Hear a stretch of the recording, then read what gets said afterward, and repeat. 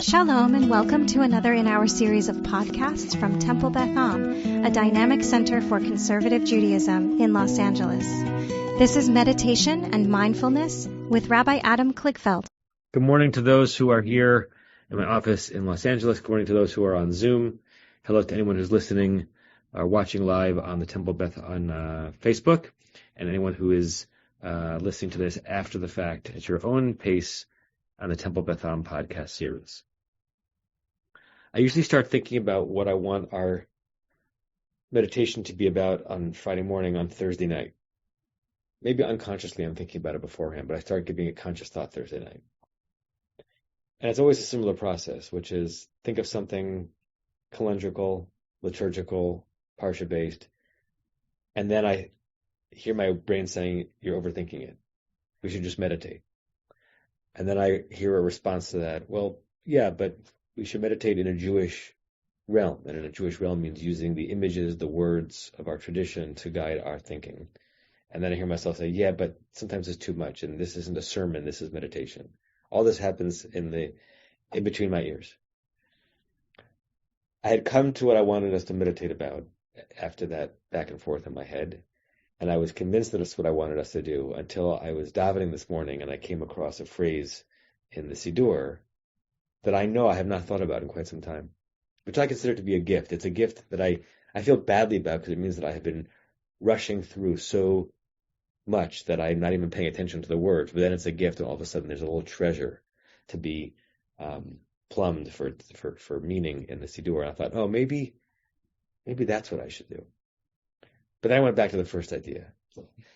So the thing that I came across in the Siddur we'll meditate on next week, unless between now and then I come up with a better idea. And now I'll go back to the first idea. And hopefully it'll be just enough of a spotlight on a concept that will not muddy our meditative experience. And our meditative experience, which as we've discussed often, is so easy and so hard. It's so simple. It's the simplest thing. It's resting while awake. It's just focusing on breathing. It's just returning to you. And it's the hardest thing because of our monkey brains and because of our lists and our worries. And it's wonderful to, I think, engage in the challenges of something which is so simple and so hard. And I think just engaging in it refines the soul and the spirit. What I want us to think about are three words, which is a bit of a preview to the Sunday night program we're doing with B'nai David and Ikar, if you're coming to that for the end of Tisha B'Av. We're focusing on three words in the middle of the third chapter of Eicha. Ulai yesh tikva. Ulai means maybe or perhaps. Yesh means there is. Tikva means hope. And one of the things that we are focusing on at the program is how do you maintain hope in an era either personal or national or international of hopelessness. And we're going to do some study together. We're going to hear from three different people whose work puts them in relationship with the notion of hope. What I've been thinking about is how tikva is already tentative. It's already a maybe. And then ulai, which means maybe, adds a maybe to a maybe. The difference between hope and expectation is that it's open-ended. Hope is a perhaps. Maybe things will get better. Maybe I'll be healed. Maybe I'll smile again. Maybe things will turn around. That's already tikva. Ulai yesh tikva is adding a tentative layer to something which is already tentative. And one can read it at least two ways. One can read it as saying that even if you are concerned that you might not have hope, maybe you will. Even if you're feeling hopeless, maybe tomorrow you'll feel hope. So it's an optimistic ulai. Or it's a pessimistic. We can't even rely on hope. Like, yeah, maybe there'll be hope, but there might not be hope. Any maybe suggests both directions. And right now that seems to be a worthy thing to ponder. In our kishkas, as we think about the maybe of hope and try to replace as many expectations with hopes in our personal lives and as we think about the world. What does it mean to add a maybe to that maybe? And maybe there will be hope. Maybe there'll be hope. Maybe there'll be hope. Even the tone of voice you say it in change the meaning. So, as always, I want us to mostly meditate on nothing. But I'm also going to invite us to meditate on something. So if you haven't already, please close your eyes.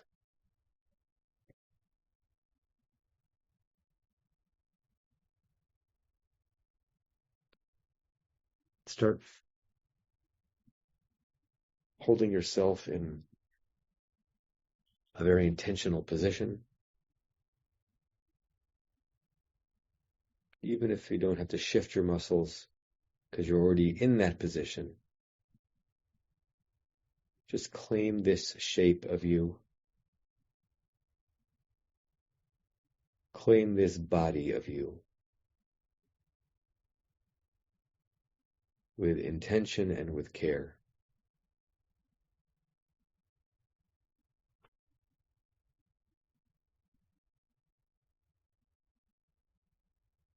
As we sit here, remind yourself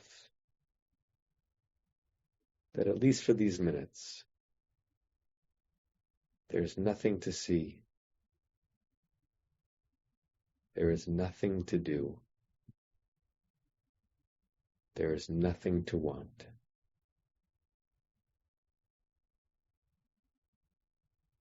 There is nothing to see. There is nothing to do. There is nothing to want.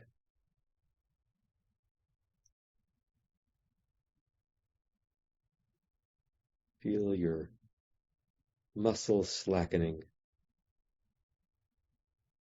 as your mind sharpens.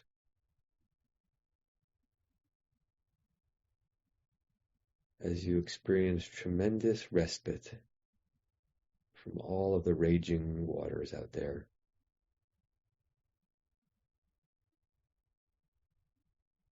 But also you experience tremendous wakefulness and alertness. And breathe yourself into poised rest.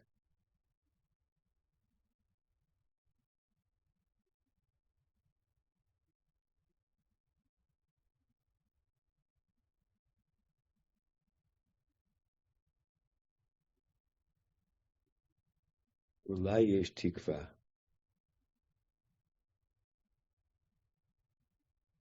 Maybe there is hope.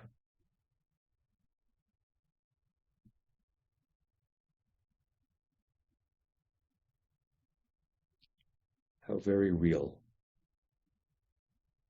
Maybe there is hope, but not certainly. Or how very optimistic. Maybe there is hope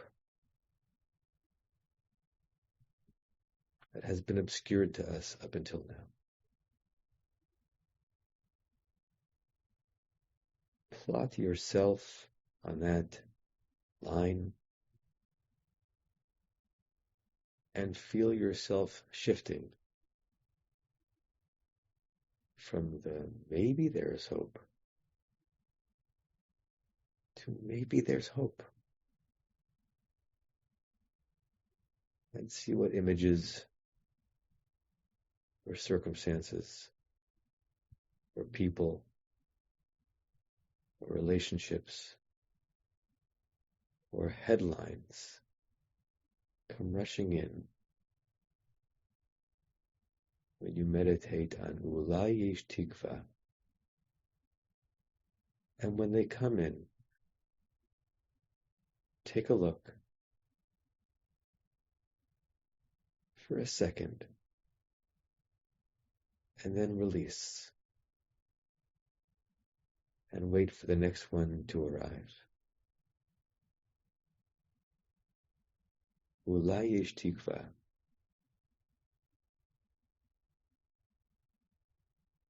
Maybe there is hope.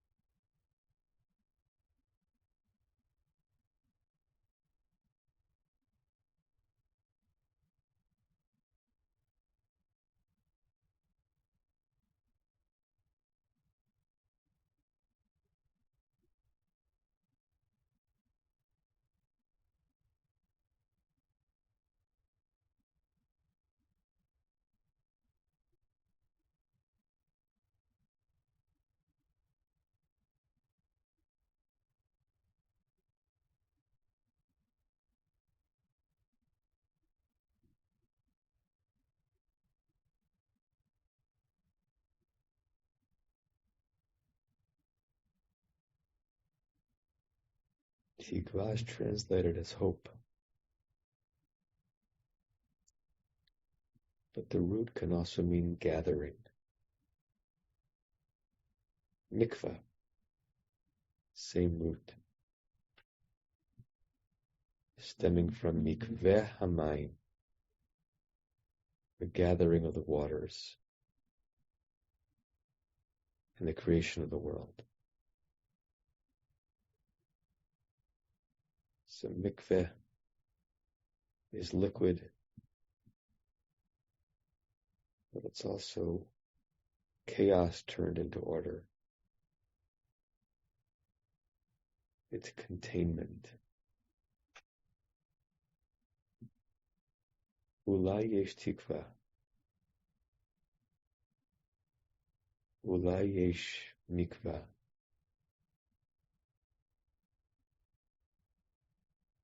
Maybe there's a gathering coming.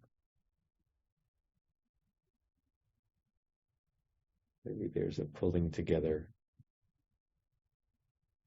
and an order imposed on apparent chaos. Maybe. Ulai.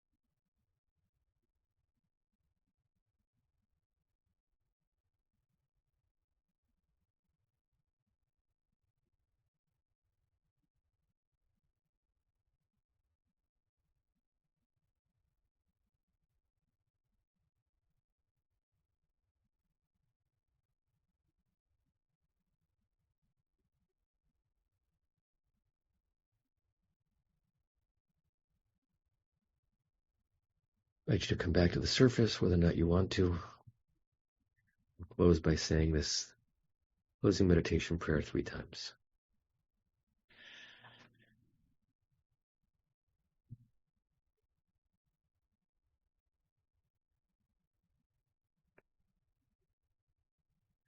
May we and all beings have happiness and the causes of happiness. May we all be free of suffering and the causes of suffering. May we all experience true happiness that has no taint of suffering. May we live in great equanimity, free from burdening attachment to loved ones and contempt for others, but rather with compassion for all. May we and all beings have happiness and the causes of happiness. May we all be free of suffering and the causes of suffering. May we all experience true happiness that has no taint of suffering. May we live in great equanimity, free from burdening attachment to loved ones and contempt for others, but rather with compassion for all.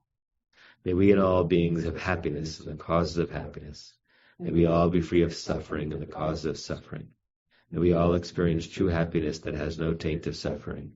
May we live in great equanimity, free from burdening attachment to loved ones and contempt for others, but rather with compassion for all.